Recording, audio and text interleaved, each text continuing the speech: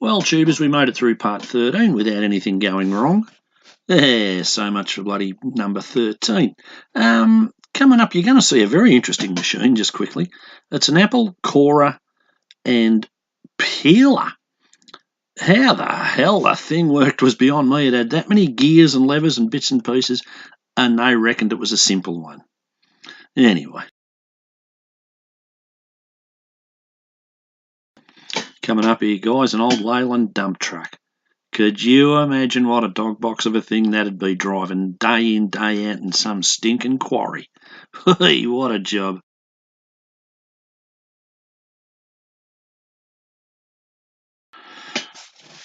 Bit of an overhead shot of Longford here, guys. As I say, it's a bigger town, and once again, a lot of history. From here, we are moving up to a place called Greens Beach, which is sort of, north of Launceston, about 50k, 60k. We're going to spend a few days there, then we'll come down just a little bit and spend about 4 days in Lagana for Easter. And then God only knows where we're going to go after that. But have a look at guess what, guys? We're back on the coast again. Have a look at this beautiful coast and beautiful rock formations. I know you're probably sick to death of it, but I think I could look at this sort of thing forever. It's just absolutely amazing. Beautiful, beautiful country.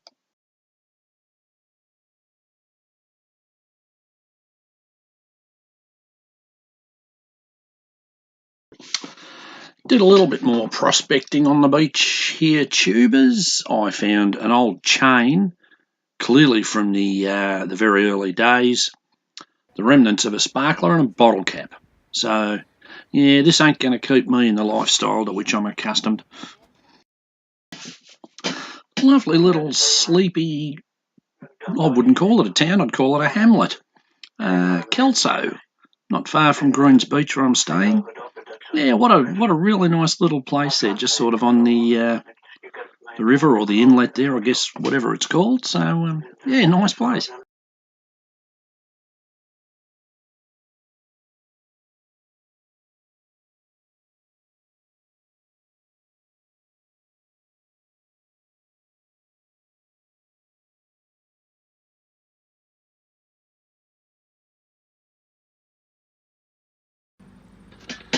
Tell you what, people, who could forget this place? As most of you will remember, this is where the miraculous rescue of Brant Webb and Todd Russell, were rescued after about 14 days in a collapsed mine. Another fella died, Larry Knight. But what an absolute amazing story. When you go through the place and read it, you'll see, how they were rescued and that. Like the tunnel thing that you're looking at the moment was the actual conduit that they drilled just below the confined space where the two miners were trapped.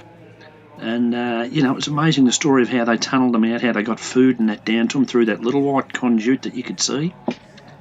And I guess who could ever forget the scene of, those two guys coming up from the mine for the first time after 14 odd days and coming out this gate. Yeah, incredible story, incredibly sad, and but anyway. Of course, the gold mine's got a lot of history long before 2006, I think that was that rescue. The gold mining goes right back to the, was it the real early 1900s? Can't remember now. Anyway, yeah, a long time. It's closed now. It closed in 2012. Apparently the mine just wasn't viable to continue running compared to the cost of gold. So they basically closed it up, and that's why you're allowed in the surrounding grounds and all of that. I thought it was actually still operating. That's why I took a shot of the current mine outside the gate, because I thought, you won't be allowed in there. But, it just goes to show what you learn. But interesting quick side note, just talking about those two miners. I met Brant Webb. This is when I graduated from studying a diploma. and he was the guest speaker at the diploma or the celebration or graduation, and everyone got to shake his hand and have a quick chat with him. So yeah, nice bloke. Went into politics, I think. I don't know what Todd Russell ended up doing. I think he stayed on at the mine. He may have stayed till it closed, but yeah, some amazing stuff in here. Incredible machinery and equipment. And a lot of it's gone, of course, but yeah, just how they've set it up, and the massive dewatering plants and steam rooms, power rooms, the winching room. It's all quite amazing. A lot of the old original stuff has all collapsed, as you can see in the the continuing little photos and that sort of thing. But yeah, a lot of the newer stuff's there, but just the incredible amount of hard work and that to build all this place, the weight of things, and yeah, it's just amazing.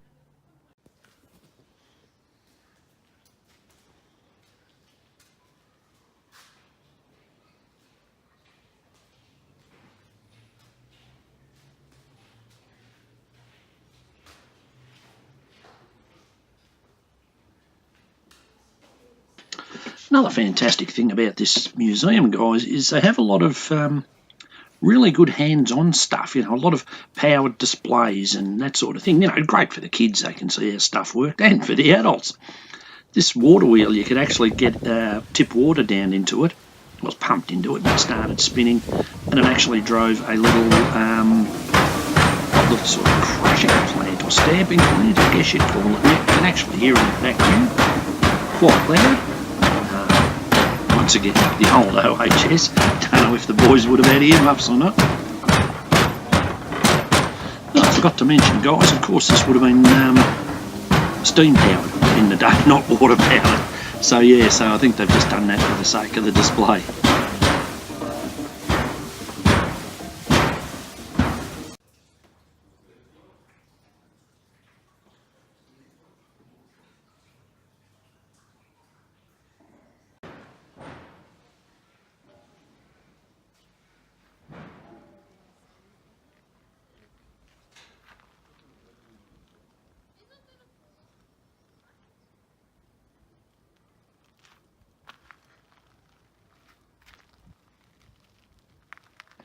Guys, what you're looking at here is what is known as a Cornish water pump.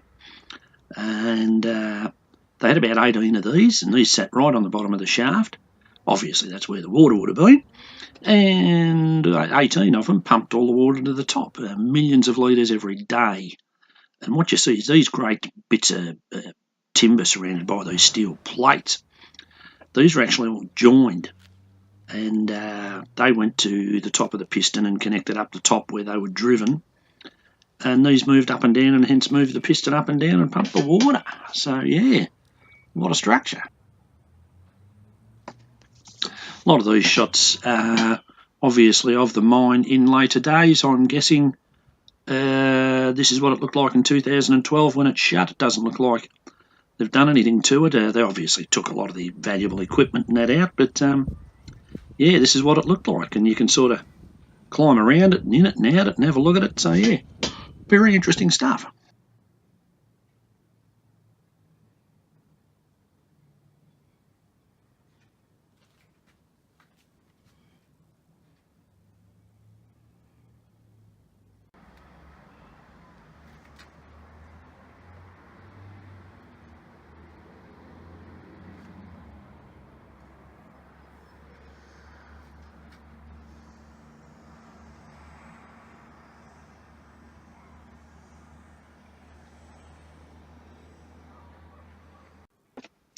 This is the winch room tubers, and yeah, this is what sort of dragged everything up from the bottom of the mine and lent all the stuff down to it.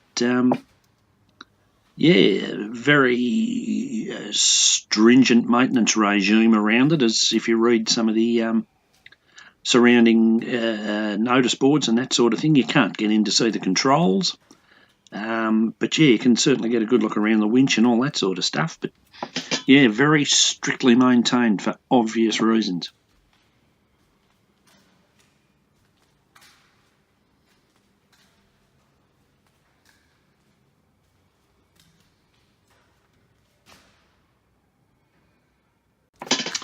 This was called the grub shaft tubers, and this is where, if I understood it correctly, this is where they pumped up all the water from. Long since collapsed. Yeah, we're in a day of mourning tubers. We were going to do some drone footage, and due to due to pilot error, Sparky's no longer with us. So yeah, we're going to have to look at getting another drone, I'm afraid. But anyway, if that's the worst thing that happens to me, well, I reckon that's pretty good. Anyway, tubers, that's part 14. We'll see you in 15.